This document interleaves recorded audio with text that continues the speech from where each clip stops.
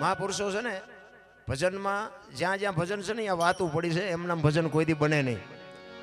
આ કર્મની વાત છે. આમાં આ કબીર બાપુ ભજનમાં લખે છે કર્મ, વાત કર્મની છે, પણ કર્મ શું એ મને કાંઈ ખબર નથી. કર્મની વાત કરે છે, ભાગની વાત કરે છે, ભવની વાત કરે છે, એમાં મને ટપા નથી પડતા. આ તો બધા કહે એટલે આપણે કહેવું પડે ને કે આ ભક્તિ કરે એવડે દુઃખી છે, દુનિયાના બૂસ મારી સુખી છે. જો કર્મનું શું સમજવું? તમે એનું રામ રામ રામ કરી છે ને, માળા ફેરવી છે ને, સીતાજી રામને પરણે આખી જિંદગી મારો દી નો ઉગ્યો, એટલે શું કર્મ છે? દ્રૌપદીના ચીર લૂંટાતા ત્યાં કોણ નહોતું? કાળના જડબા ઝાલીને ઉભા રાખે એવા પાંડવો હતા. ભીષ્મ જેવાની હાજરી હતી. દીકરીનો શું ગુનો હતો? શું એનું કર્મ? રામ જેવા રામને 14 વર્ષ વનમાં રખડવું પડે તો બાપુ એનું શું કર્મ?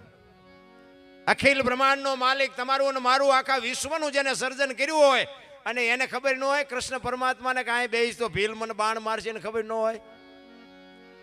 ભીલના બાણથી બાપુ અખિલ બ્રહ્માંડનો માલિક વિંધાઈ ગયો તો એનું શું કર્મ હશે? અરે મારા રામ, વિચારવા જેવી વસ્તુ છે. થઈ થાવીને થાશે આવો ત્રિકાળ જ્ઞાની મહાપુરુષ ગંગાનો પુત્ર ભીષ્મ છેલ્લે બાણની પથારીમાં હોવું પડ્યું. શું એનું કર્મ?